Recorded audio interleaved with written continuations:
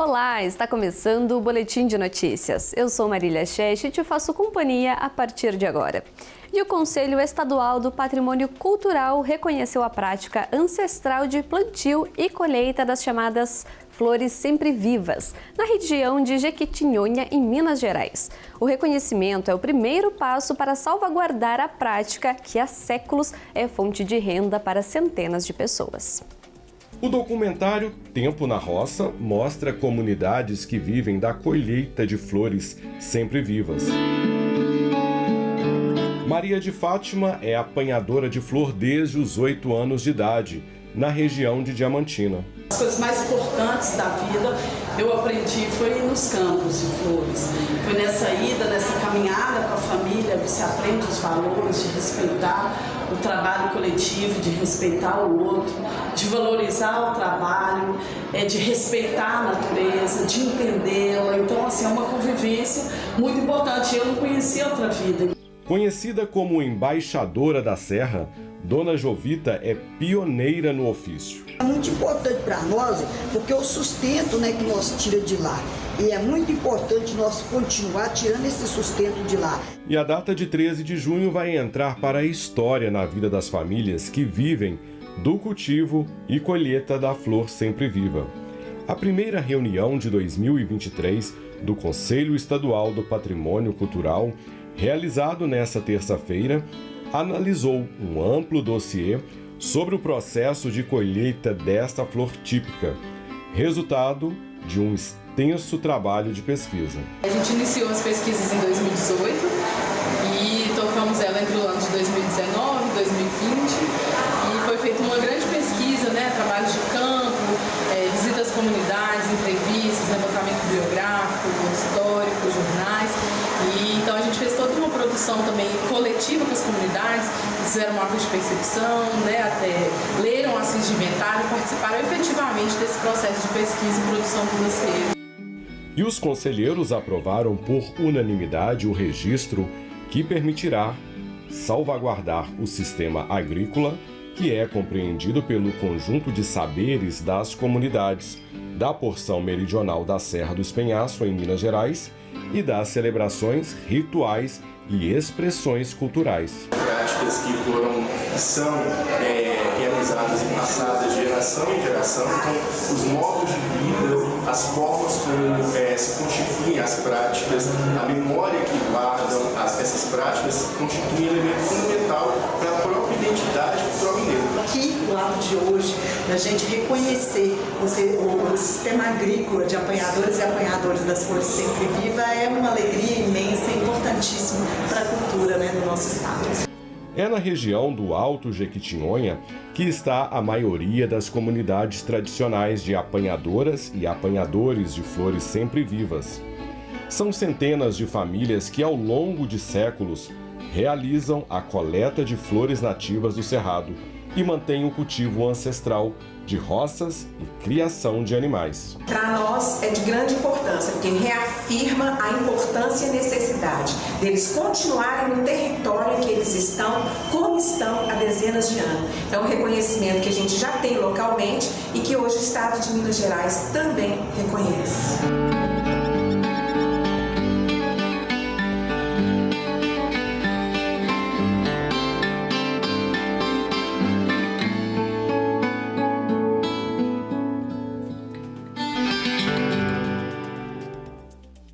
E falando de flores, vamos conhecer um empreendimento que tem a ver com plantio.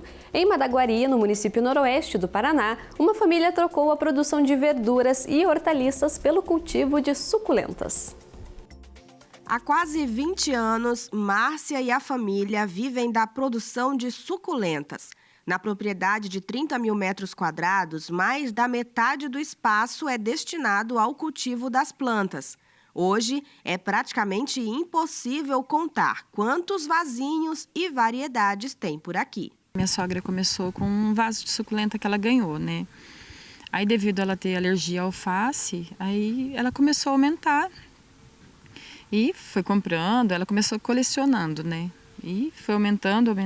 Aí a gente resolveu tocar um viveiro na cidade.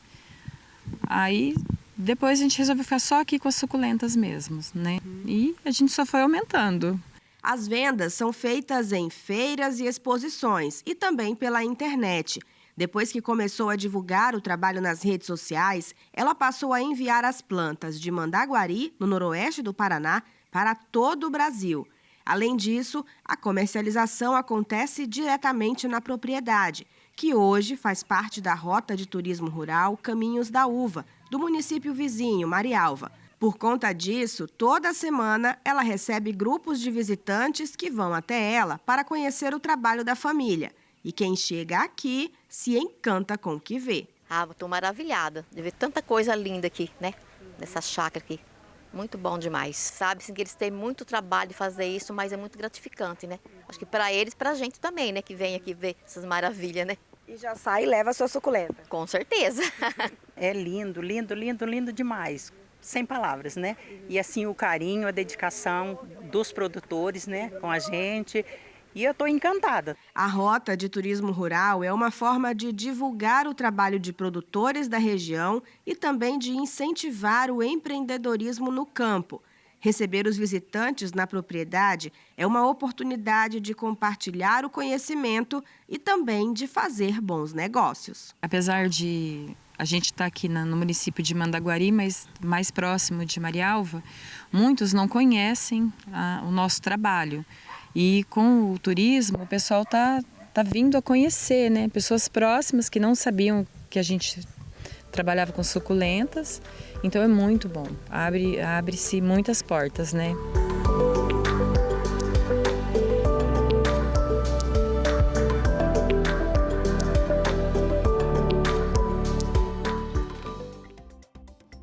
E agora vamos dar um passeio em Joinville, em Santa Catarina, para conhecer o Memorial da Bicicleta. O museu conta a história de como o meio de transporte se tornou o símbolo da cidade. Olha que legal!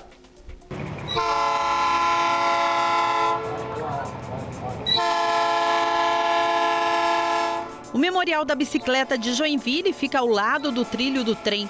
E enquanto ele passa, aproveitamos para voltar no tempo com a ajuda das bicicletas.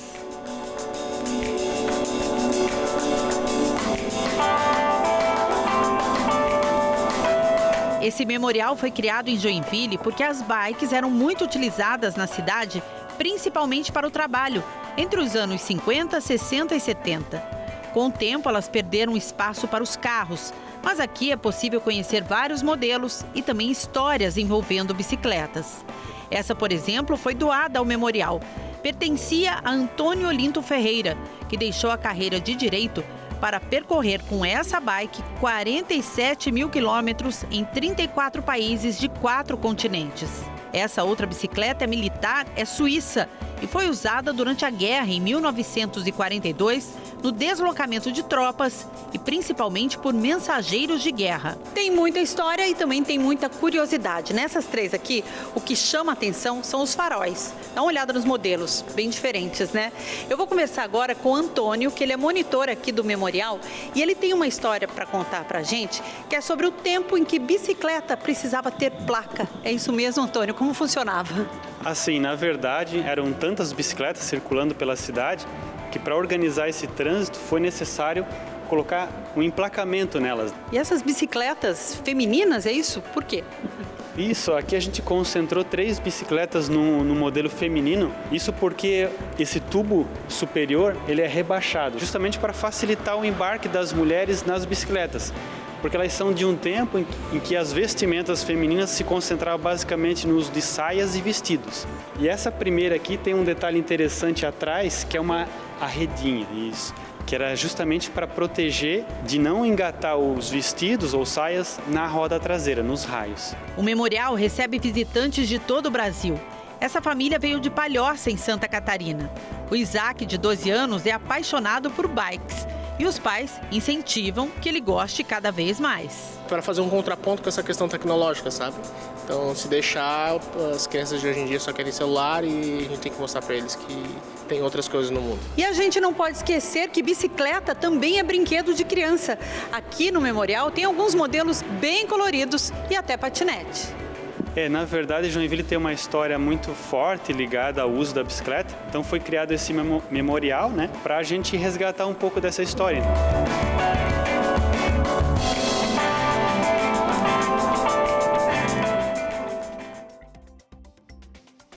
Em Israel, flautas pré-históricas feitas com ossos de pássaro encantam arqueólogos. 7 pequenos objetos foram descobertos num local de escavação no Vale do Ula. As flautas em miniatura foram encontradas no norte de Israel. Segundo os pesquisadores, os objetos musicais foram criados há 12 mil anos e podem ter sido usados para reproduzir cantos de pássaros numa época em que os humanos tentavam interagir com os animais. Os instrumentos foram feitos com ossos de aves e têm pequenos orifícios perfurados nos ossos para a colocação dos dedos. A equipe de pesquisa fez réplicas dos objetos originais e descobriu que emitiam trinados agudos semelhantes aos chamados aves de rapina. Uma teoria é que as flautas foram usadas para atrair as aves de rapina, como o gavião eurasiano e o peneireiro comum, para assustar as aves aquáticas. As descobertas foram publicadas na revista Nature Scientific Report por pesquisadores de universidades de Israel. Mais de 50 milhões de pássaros passam pelo Vale do Ula todos os anos, enquanto migram entre a Europa e a África, o que transforma o local num ponto estratégico de observação de pássaros. As flautas de ossos que vieram de galeirões eurasianos e marrecos eurasianos eram usadas para estabelecer comunicação entre o ser humano e os pássaros. É um marco na relação entre o homem e os animais. Está terminando o Boletim de Notícias. Obrigada pela sua companhia e até a próxima.